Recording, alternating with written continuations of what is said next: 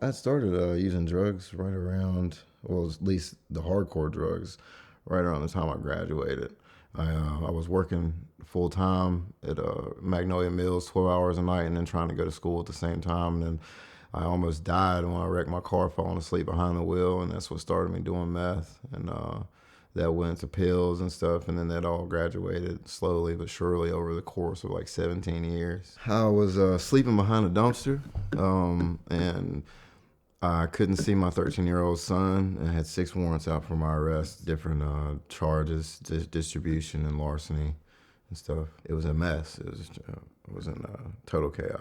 6 warrants out for my arrest. I got picked up at Dick's Sporting Goods. The whole way it happened was absolutely God, because I didn't even, I told you I had larceny charges, but I didn't even steal what they said that I stole. I stole something, but not what they said I stole. So it was literally God boxing me in. And so at first I was just going to go ahead and try and get back out on bond and stuff when I did go to jail. But when I finally went for my court hearing, I was just like, well, you know what? I'm trying to get my life together. And instead of going for a bond hearing, why don't we just withdraw the bond and see if I can get a program? Because I'd already heard about Eagles Nest from a buddy of mine. I'd heard the Eagles Nest name over and over the last couple of years. And I was like, well, you know what? Let me see what this is about.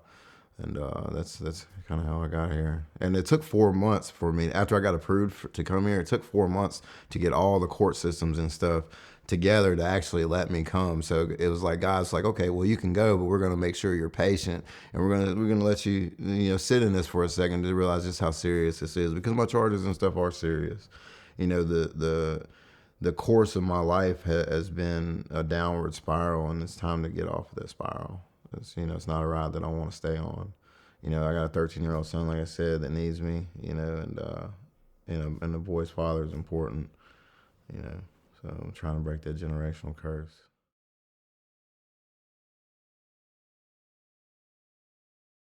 No, I did do alpha once, but I was in a jail atmosphere, so it really wasn't the same. And I stayed in jail for 6 months after I graduated. So the good that it did was quickly undone, to say the least.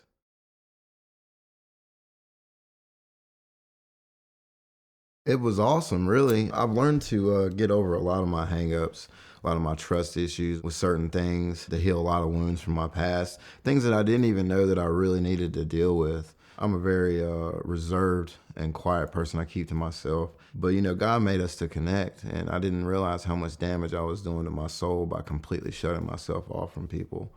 And I didn't trust anybody, because every time I trusted people, they used it against me and they hurt me. My heart's my biggest problem. I get when I don't deal with a whole lot of people, but when I do attach to people, what I'm saying, I attach really, really hard. And so, like, I put a whole lot of stock in those things. And so when they fall apart, it's devastating to me. And I learned things like that, like I shouldn't, like, to not to put expectations on other people and stuff like that. Just like basic things that the average person really should learn as they grow older, but the trauma keeps you from learning all those things. And I just learned how to navigate my life, my heart, and to be confident in who I am. Overall, like, it's been eye opening. It's been exhausting, and it's been beautiful. I have friends now for the first time in a long time.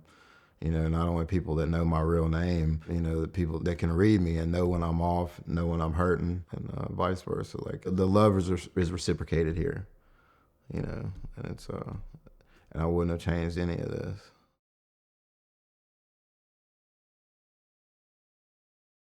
I say spear's length. So, but I would use different names for myself. I would never, like, I can't, there's not 10 people before I got here that didn't grow up with me that actually know my real name.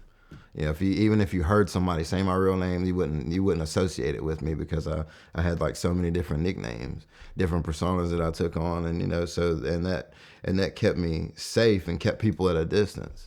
And again, before I got here, there's not 10 people that didn't grow up with me that can tell you 10 definitive things about me. I just step back and let them make up their own stories and make up their own opinions about me. In that way, it kept me a mystery. And again, that was another layer of protection. You know.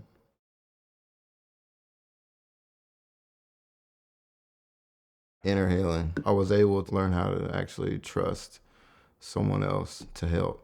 and learned how to ask for help, to step out there. And that's been the first time in my life that I really let anybody else in. I shared my pain, and I've never been able to do that.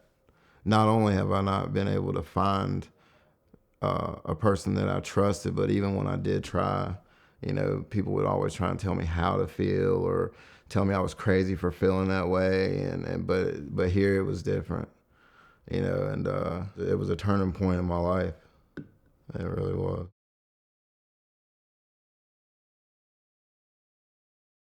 Inner healing. Inner healing for sure. It's exhausting, and letting your guard down for me, that's been the hardest part for me. Orientation and regen weren't a big issue for me because how they tell you here, to get grateful or whatever. Well, I was grateful when I came here. So my attitude towards the program and towards doing what I was supposed to do wasn't an attitude where I was going to keep bucking on things and complaining and stuff. So orientation and regen, I was ready. They actually told me to slow down in regen. You know what I'm saying? I mean, not regen, but orientation. Because I was just, for a long time, I've just been ready to get to be right, to change.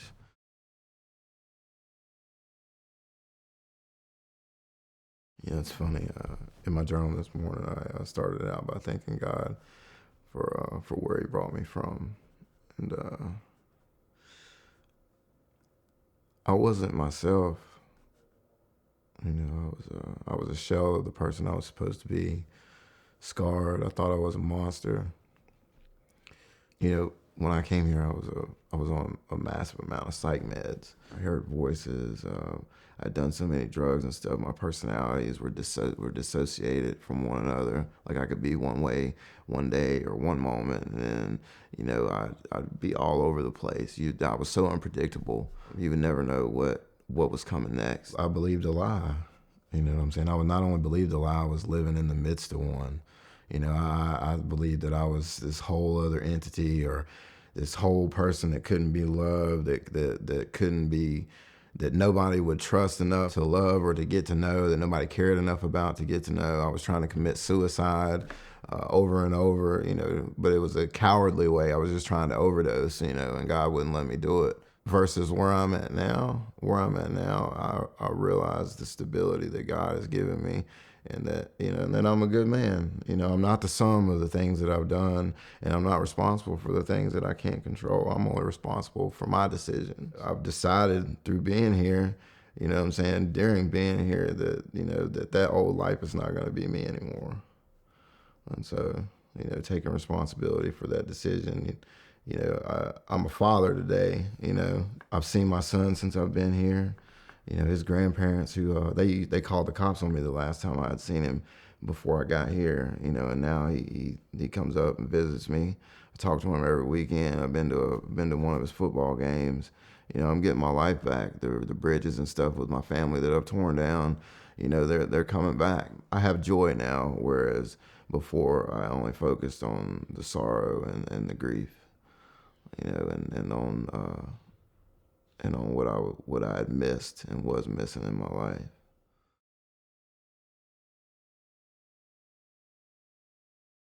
I stopped being selfish. I had convinced myself that because I put up with all this stuff to stay in my son's life from his mom's family and stuff, disrespect and the constant chaos and turmoil, that I was doing him a favor. But I was strung out the whole time. Me and my son are really close, but that's not the point. He used to call me his hero, and he looks up to me. And it took me a while to understand the effect that I was having on him. It's not the point that I was there. Even when I was there, I was still influencing him in a negative manner because I was strung out, because I wasn't I wasn't myself. I wasn't the man that God made me to be, right?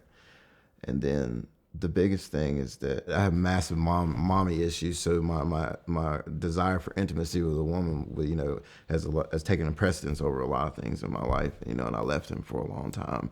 And I told him that, I was going to go get myself right and I would be back, but I had to take care of my heart first. And then looking back on that, I'm like, what? That doesn't even make sense. Why would you do that to your son? But that's exactly how it changes a father to stop being selfish. I'm not perfect, mind you, but definitely to consider what he's going through and allow him to be his own man and his own person. You know, because we're so much alike, it's easy for me to be like, okay, well, he's just like me, so I'll just do this, you know, and put myself in, but I can't do that. It's not fair.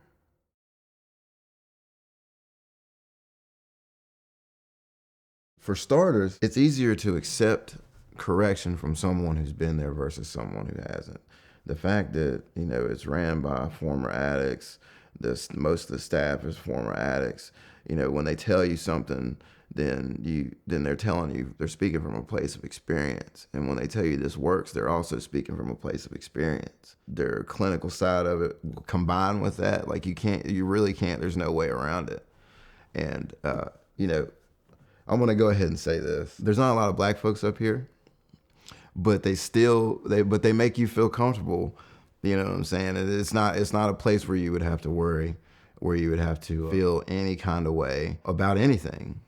And you know, and the moment something does make you feel crazy, trust and believe they'll deal with it. They're focused on family restoration. You know, people, I've heard different things about this being a cult or whatever, but you know, that's whatever. The amount of energy and time that this place puts into each and every man here is beautiful, and it's something that is completely contrary to the way the world works. I would honestly recommend it to people that weren't in addiction, just so you could come up here and learn how to be yourself and learn how to express yourself and deal with your past traumas and pain and all that stuff, man, and just to be a better person. This is like a Jedi school.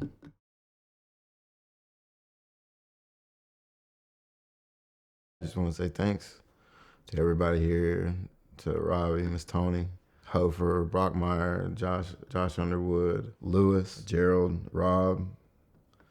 You know, it's crazy, man, because each one of those people have sought me out and helped me change. I'll never forget that. I just want to say thank you.